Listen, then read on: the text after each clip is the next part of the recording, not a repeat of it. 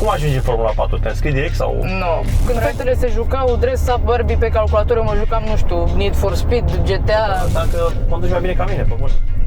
De condus nu știu, dar de pilotat cu siguranță.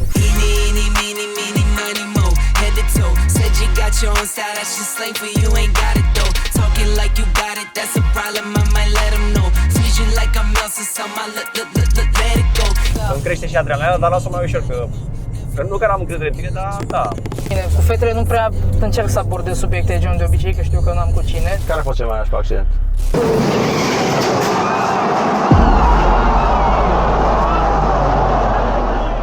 Chiar dacă a trecut ceva vreme de când v-am prezentat un Samsara autohton, asta nu înseamnă că ei au dispărut din România. Voi mi-ați trimis pe Instagram acest anunț cu Audi A4 din 2017 din Craiova. Mașină relativ nouă, cu kilometri puțini și care arată bine în poze. În anunț găsim seria de șasiu a mașinii, dar nu găsim nicăieri specificat în descrierea anunțului că mașina a avut vreun accident, ci doar că acum se prezintă în stare excelentă de funcționare, fără probleme de ordin tehnic sau estetic. Am luat seria din anunț și am introdus-o pe site-ul Car Vertical, folosind linkul de mai jos din descriere. În raportul de la Car Vertical, vedem că la un moment dat kilometrii au devenit brusc mai puțini, dar că luna viitoare mașina are cu 80.000 de kilometri în plus, ceea ce pare mai mult o eroare a cui a introdus kilometri în bază de date la acel moment, decât că au fost chiar dați kilometri înapoi. Deci, kilometrii par a fi în regulă. În schimb, vedem că mașina a fost în America în 2020 și a avut un accident în partea dreaptă față. Deși pare un accident serios, nu pare să fie afectat mașina din punct de vedere al siguranței. Aflând aceste lucruri de pe Car Vertical, ce aș face eu dacă aș fi cumpărătorul?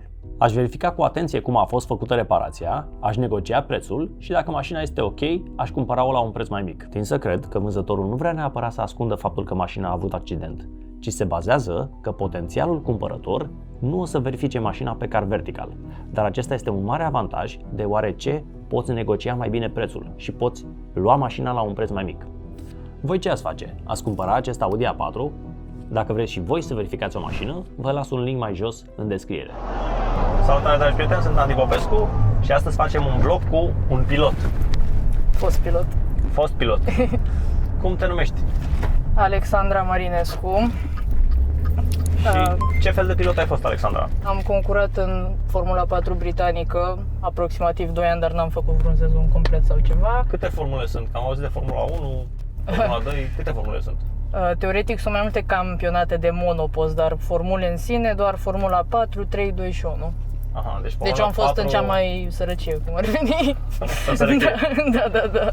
Bun, și cum ajungi în Formula 4? Te înscrii direct sau? Nu, practic, ca să spun toată povestea, tot background-ul așa de pilot, la 9 ani m-am apucat de karting. Am făcut câteva cursuri acolo, așa din joacă, și apoi instructorul de acolo le-a zis alor mei că sunt foarte talentată și că ar merita să investească într-un kart de performanță, îi spunea el, ca să mă apuc de curse interjudețene. După care m-a observat o echipă de moldoveni care ei concurau și în campionatul mondial cu încă câțiva piloți din România și practic eu am intrat în campionatul național, apoi în sud-est european și în final mondial. Dar a fost nevoie de mulți bani, nu? Da, până și kartingul, deși multă lume când aude karting se gândește la, nu știu, karturi de de agrement. O cursă în campionatul mondial de karting, la o echipă bună, putea să ajungă și la 10.000 de euro. La modul ăsta. Am avut și câțiva sponsori, dar din păcate motorsportul, nu știu, nu e foarte popular în România. E un sport foarte scump. Fratele meu alaltăieri s-a răsturnat cu mașina de raliu. A pierdut 50.000 de euro. Îmi pare rău. El e bine? Da, a fost pe toate știrile, știi? Mamă, dacă vezi accidentul, fai de mine, n-ai zice că a scăpat cu viață, da, ia fi atent aici. Mamă!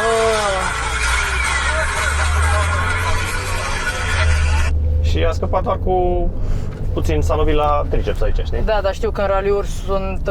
roll cage, da, cască și, bineînțeles, gâtul ăsta, știi? Da, care da. te ține. Și eu aveam gâtieră. Am avut și niște accidente nașpa și dacă n-aveam gâtiera în unul dintre ele... Care a fost cel mai nașpa accident? În karting cel mai nasol a fost când m-am răsturnat, în fine, practic, spoilerul meu din față a intrat sub spoilerul altui pilot din spate și, nu știu cum să explic, efectiv am intrat sub el și m-am răsucit de câteva ori prin aer și am aterizat la marginea pistei pe gazon Eu pe burtă m-am târât câțiva metri și cartul mi-a aterizat pe cap. Dacă n-aveam gâtiera, îmi rupeam gâtul, cu gâtiera aia doar mi-am rupt clavicula. Da? Da, deci am scăpat foarte ok. Iar în Formula 4 m-am lovit foarte rău la cervical pentru că un pilot m-a făcut sandwich între mașina lui și zid. Mașina lui a luat foc lângă mașina mea și el s-a gândit să plece. N-a zis, stai să văd ce e asta. Spor sângeros. Da. Și cum a venit pasiunea asta pentru... Pe totuși ăsta, în general, bărbații sunt cu mașinile, femeile sunt cu păpușile. Da. De când eram mică eu nu prea am avut păpuși. Mă jucam mai mult cu mașinuțele. Da. Numai mașinuțe cu telecomandă, ceea ce a fost foarte nașpa pentru ai mei, pentru că evident erau mai scumpe decât o păpușă Barbie. Dar da, dintotdeauna m-au atras mai mult mașinile, chestiile. Ai fost mai băiețos? Da, mereu, niciodată n-am suportat rozul. Am o prietenă și părinții ei și-au dorit foarte mult să fie băiat, știi? Da. Bă, și ai și băiețoas. Dar știi care e faza culmea? Când și-a măsurat nivelul de testosteron, era foarte mare, era de prea mare. Deci există și o explicație chimică în spatele chestiei astea. Da.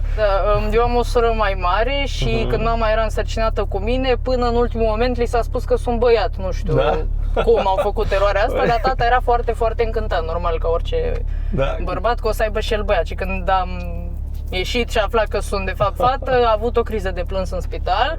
Dar după câțiva ani, mai ales când m-am apucat de karting, a zis că și dacă avea un băiat, nu era mai băiețos ca mine. Deci a fost foarte liniștit în final.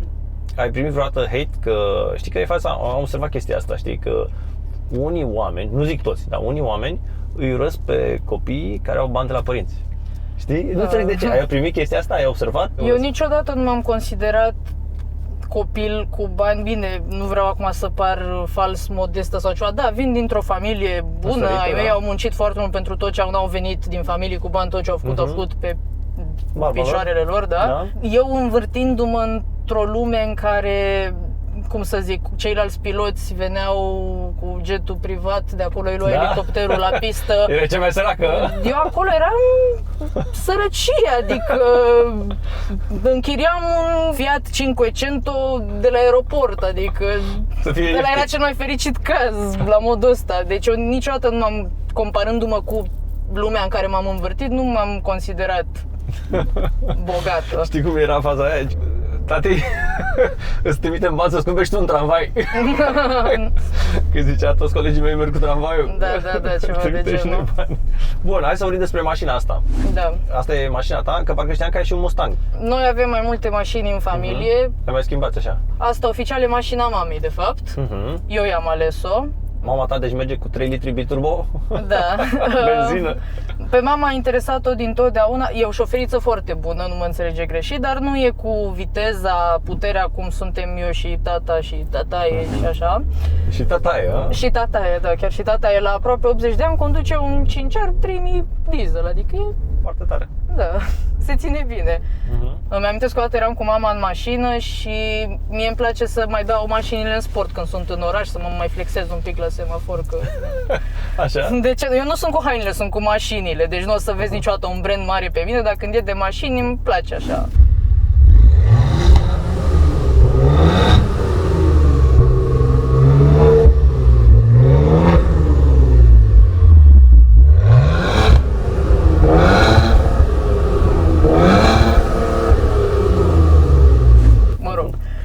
Am dat un sport și normal s-a schimbat instant sunetul, am ambalat eu puțin și mama din dreapta: Alexandra, ce mi-ai făcut? Mi-ai stricat mașina, de ce se aude așa?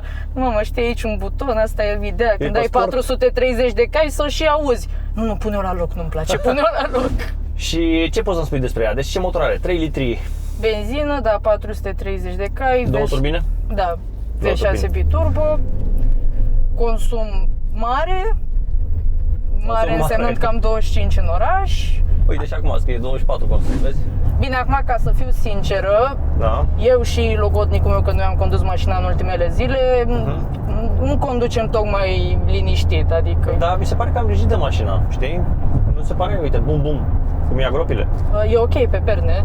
Da? Dar pe și tocmai, pe perne ar trebui să fie mai moale. Mi se pare cam tare. Da, ăsta, deși e SUV pe perne și teoretic SUV-ul e gândit că vai, trebuie să fie off-road, trebuie să fie comod, trebuie să toate cele, Da. e gândit să fie un SUV mai spre sport. Deci nu merge mai moale, nu? Nu, mai moale de atât nu. Asta e cea mai confortabilă sus. Din punctul ăsta se poate face doar mai tare. Vezi cum ia gropile? Uite groapa asta. Știi, Da. adică e... Știi, mie îmi place confort și super putere. Nu-mi place adică nu mă interesează să stea pe curbe, că nu iau curbele cu viteză. Dar sunt foarte mulți oameni care apreciază chestia asta, știi? Faptul că poți să iei o curbă cu super viteză, știi? Eu fac parte dintre oamenii ăia, da. Da, și atunci ai nevoie de o suspensie rigidă, știi? Clar, dar având în vedere că pe lângă asta mai conduc uneori și mașina lui tata Mustang-ul, Da. în asta mă simt ca într-o barcă, deci adică... Mustang-ul e al tatălui tău, că Da. știam că ai și un Mustang. Da, Deși tatăl tău pasionată, nu? Da, tata clar a fost, mă rog, a încercat el să fie pilot de raliuri, dar a ajuns maxim copilot. Dar mereu a fost pasionat. Mustang-ul de cât e? 5 litri? Da, 5.000 5.000? V8? V8, Ce-ți da. place mai mult, V8 sau V10?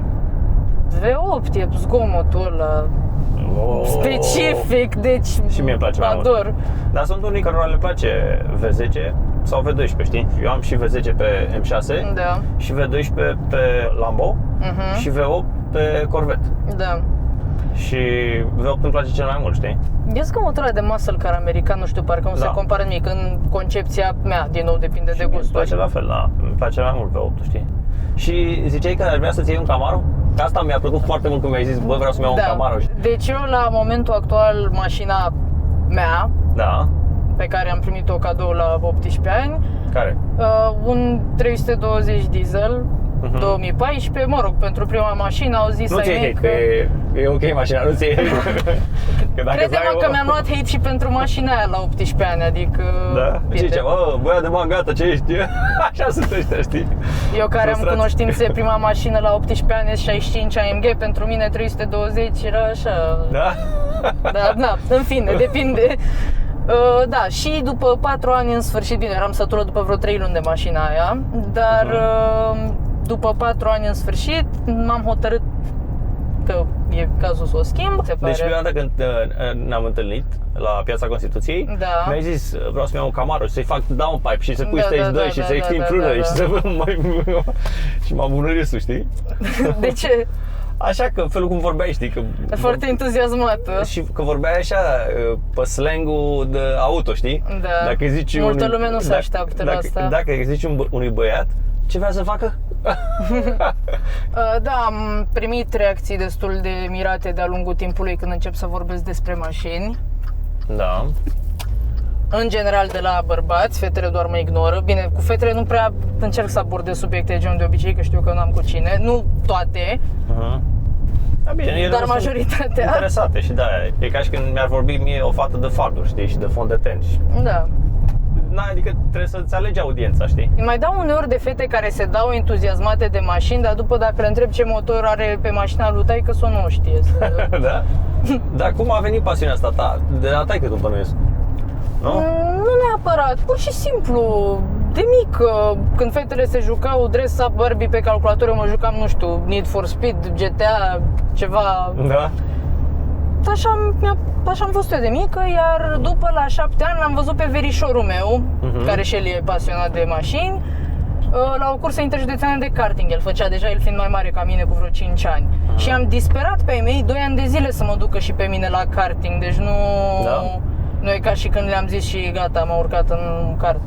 Chiar au fost foarte împotrivă datorită faptului că sunt fată și ziceau că... Da, nu se potrivește. Ce, că te faci de râs, că ne facem noi de râs, că ce naiba, că probabil nici nu au voie fetele, în fine.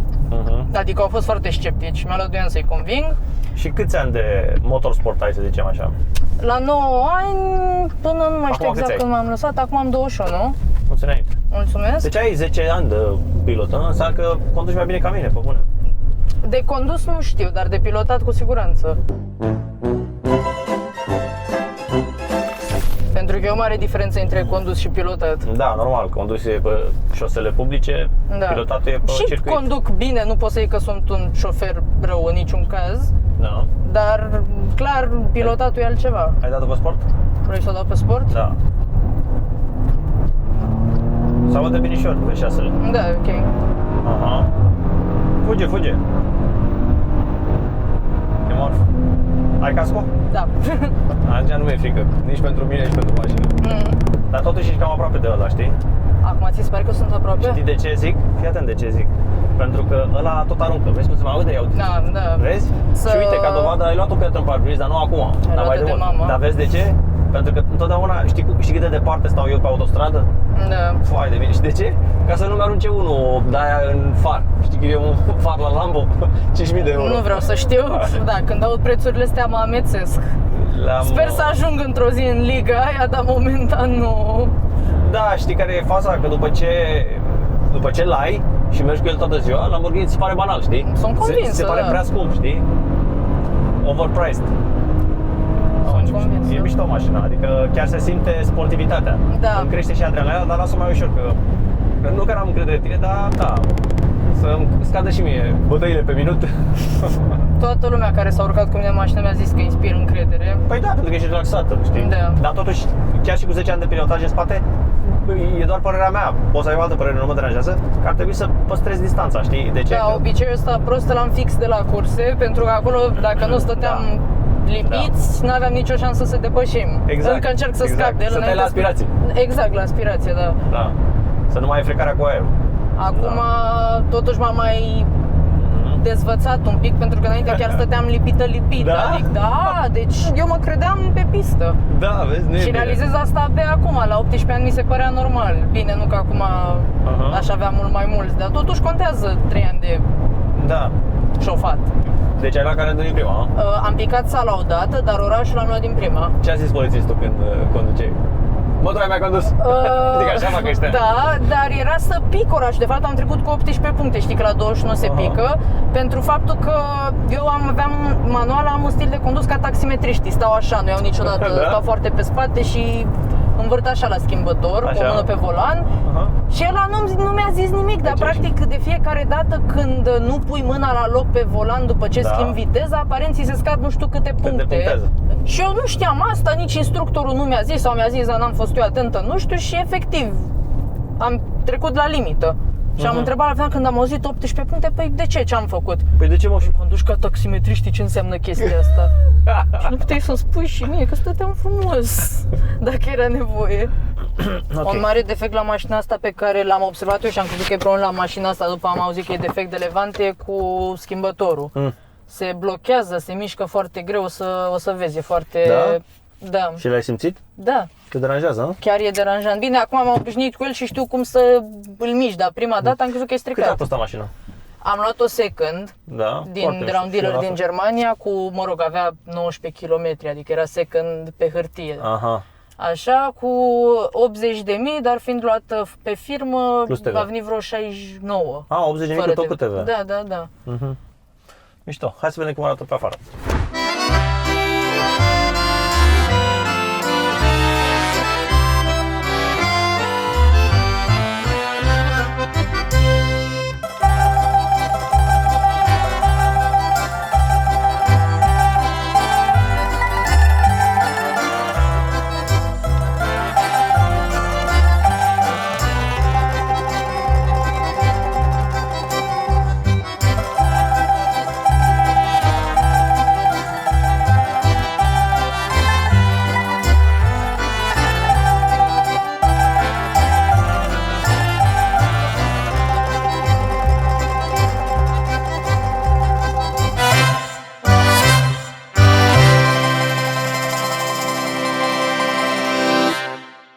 Am revenit.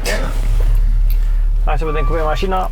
Am pus o poză cu mașina ta pe Instagram și am rugat oamenii să ne adreseze întrebări. Vrei să citești tu întrebările? Ok. Am pus și camera asta de soldat universal. Să vedem cum e unghiul ăsta de aici, știi? Da. De ce nu RSQ8 sau Urus? Păi... Asta e mult mai ieftină, nu? Da, e mult mai ieftin, adică nu știu cum poți să compari un Levante cu un Urus. Hai, 3, 2, 1, pleacă! 1, 2, 3, 4, 100! A avut cam 5 secunde 100. Cam așa scrie și pe net la specificații că 5 secunde. Pentru o mașină așa mare nu e Bun, rău. deci acum e sportivă, nu? Da.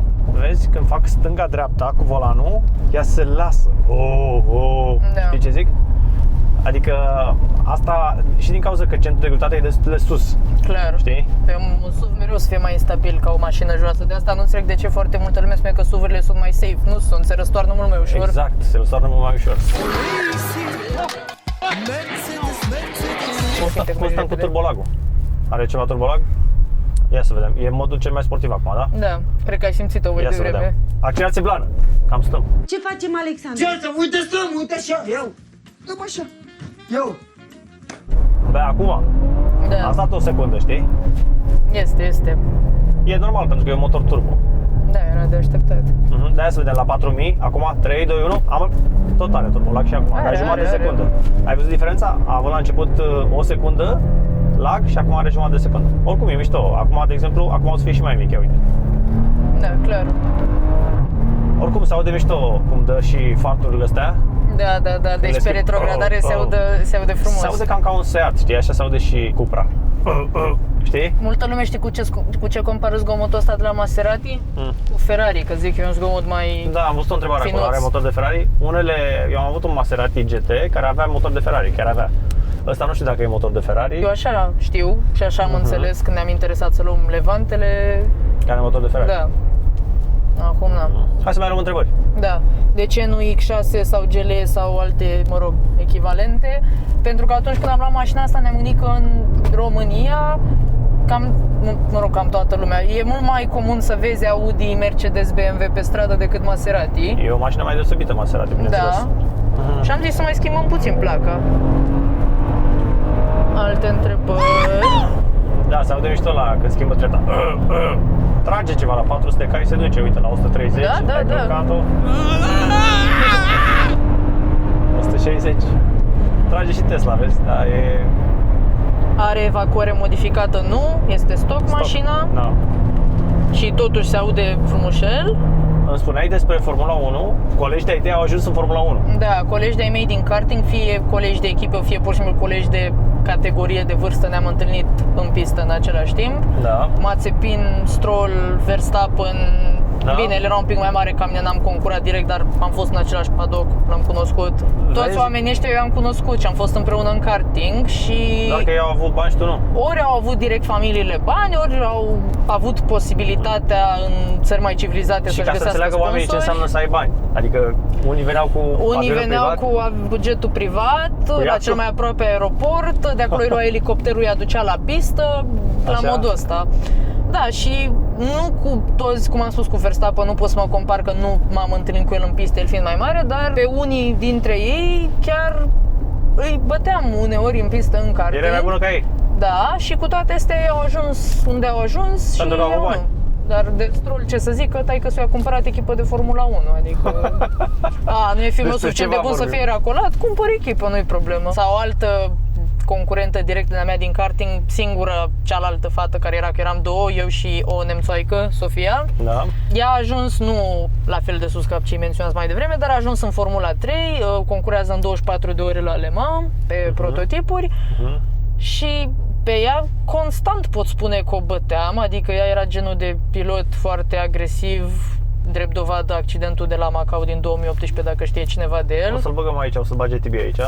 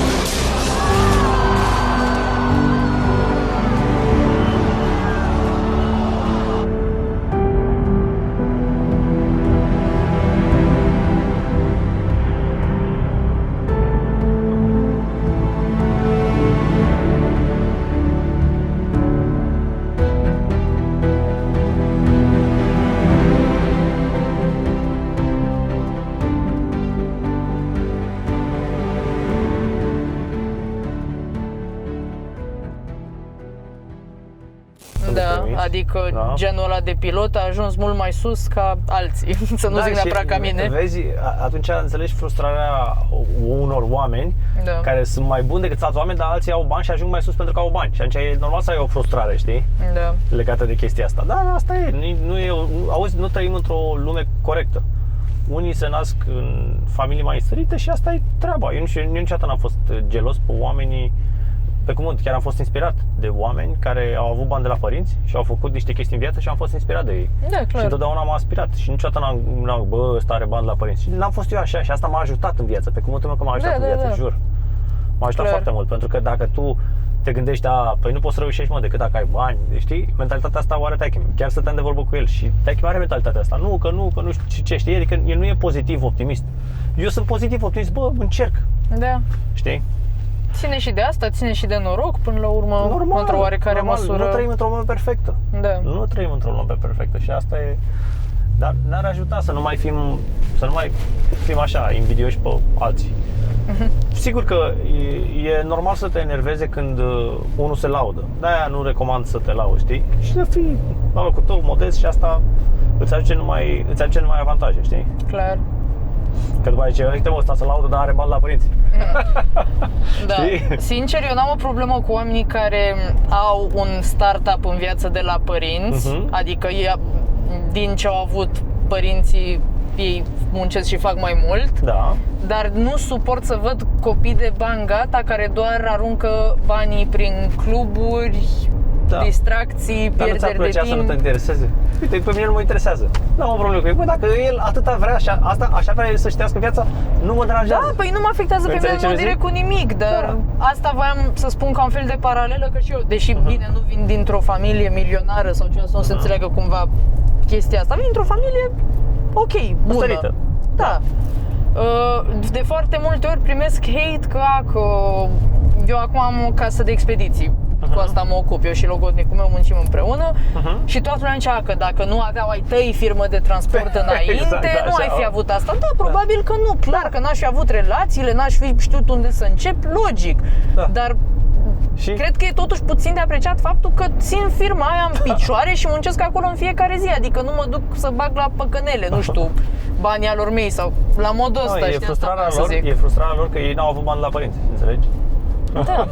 Și acum îi gândesc, vorbesc ăștia doi băieți de bani gata. Da, fix asta, aștept comentariile, chiar o să mă uit. Mai zi despre Formula 1, de ce veneau, zic ăla care a venit cu baxul de bani. Da. Un prieten de-al meu din România a fost la un moment dat coleg de echipă, cred, sau a făcut câteva antrenamente cu unul dintre copiii foarte înstăriți din paddock. Da. Și nu mai știu chiar nu mai știu exact unde au făcut ei antrenamente la un moment dat, era acolo și un port de iahturi în orașul respectiv. Și tatălui a vrut să-și ancoreze și el iahtul acolo. O nimica toată. O nimica toată și a trebuit să se mute alt iaht, altă barcă ca să poată el să facă treaba asta. Așa. Și pentru asta, nu știu, au cerut vreo 1 milioane de euro, o chestie de genul și omul a venit cu sacul de bani. Ok. 1 milioane e bine, gata. Adică așa, cum aș scoate eu acum 10 lei. Cu motostivuitorul, cu paletul de bani de euro. Da, nu știu, deci Ce tare. altă lume. Da, eu nu văd așa o mare diferență dacă ai câteva milioane de euro sau dacă ai câteva zeci de milioane de euro. Știi, deși sunt de 10 ori mai mulți bani, tu nu ești nici măcar cu 20% mai fericit. Pentru că îți permiți oricum toate lucrurile. Da. Dar asta e o chestie contraintuitivă. Dacă mie mi-ai fi spus chestia asta când eram copil, nu te-aș fi crezut. Pentru că oamenii au impresia, în fine, hai să schimbă subiectul că naște hate. Îmi place mașina, dar n-ai așa feeling-ul de un supercar. Știi? Adică în momentul când conduci un Ferrari, parcă simți că e ceva mai deosebit, știi? Pentru că are și motorul mare. Asta e un motor de 3 litri. Da. Ferrari, motor de 6-7 litri, parcă e altceva, știi? Da. Sau Lamborghini la fel, motor de 6 litri jumate, parcă simți că e și aspirat, știi? Da. E lipsa lagului. Deci feeling-ul în mașina asta, ziceam, este un feeling de mașină premium. Nu e un feeling de mașină extra lux cum e Ferrari, Lamborghini. Da, asta clar. simt eu, repet, altcineva poate simte altcineva. Asta este pur și simplu părerea mea. Uite, vezi, s-a dus, adică pentru 3 litri s-a dus. Da. Îl simt. Și pentru cât de grea e. Poate era radar pe aici. mai citește o întrebare, două, că îmi place Da. să interacționez cu oamenii. Da, Asta da. e și motivul pentru care fac YouTube, știi? Da. De ce nu ales X4M, cum am zis, BMW, Audi, Mercedes are toată lumea, am zis să fie altceva. Mamă, deci uite ce sprint are de la 80 la oră. Ai văzut? Da. Aici o întrebare care îmi place pentru că chiar a fost Ia. una dintre variante. De ce a ales Levante și nu Alfa Romeo Stelvio? Când să luăm mașina asta a fost și Stelvio una dintre variante. Și deși mașina mergea foarte ok și așa, am ales-o, dar aici vine ceva foarte subiectiv pentru aspect. Stelvio mi s-a părut totuși că are un aspect de mașină puțin ieftină, părerea mea. Na, Are și Alfa Romeo Quadrifoglio, care e Da. șmecher, tracțiune în spate, clar. 490 de cai, bine, motor de 2.9, cam micuț, știi? Ajutat Da. de turbină. Nu? Cu ce se ocupă de are mașina asta? Ai zis deja, firmă de expediții. Da. Fă și tu reclamă la firma ta. Da, Evan Expedition se numește. Dacă aveți nevoie de transport intern sau internațional, mai ales România, Grecia, România, Italia, Grecia, Marfă? Spania. Marfă, nu? Da, și prelate și dube. Mhm. Adică și frigo și marfă generală, mă contactați. Simțeam nevoia să răspund pentru că a fost acolo un comentariu care zicea altceva și simt nevoia să menționez că doar pentru că vedeți o femeie într-o mașină Scumpă? scumpă, nu înseamnă că face ce credeți voi că face, OnlyFans, video chat și mai grav De ce de așa au atât. zis ea pe comentarii? Pe Da, comentarii da, oamenii fac se dă, OnlyFans, mă. am aflat și eu azi că fac OnlyFans, nu știam. Auzi. Dacă vă interesează, este mașina familiei, deci nu m-am postat dezbrăcată ca să mi-o cumpăr. Dacă vă face să vă simțiți mai bine. Oamenii sunt răi în comentarii, mă, da? Da. Trebuie să nu, cum să zic, să nu te superi. Asta e toată chestia. N-am nimic cu cineva care face asta, dar eu n-aș face-o, deci nu suport să mi se spună că fac asta. Înțelegi ce zic? Da. E ok. Bun, acesta a fost vlogul. Vlogul meu de revenire, știi, că n-am mai făcut vloguri de vreo 2 luni. Îmi pare bine că am fost în vlogul de revenire. Da, dar îmi place, știi, pentru că e relaxat, nu stau să mă agit, să mamă, să iasă bine, că nu... Înțelegi? Singura mea mulțumire ți-am zis, să văd oamenii că s-au simțit bine văzând vlogul, știi? Da. Dacă le face plăcere, poate să dea un like, un dislike, poate să ne lasă un comentariu pe YouTube și eu o să-l citesc 100%, că citesc toate comentariile, știi? Bine, acesta a fost vlogul, ne auzim, bye!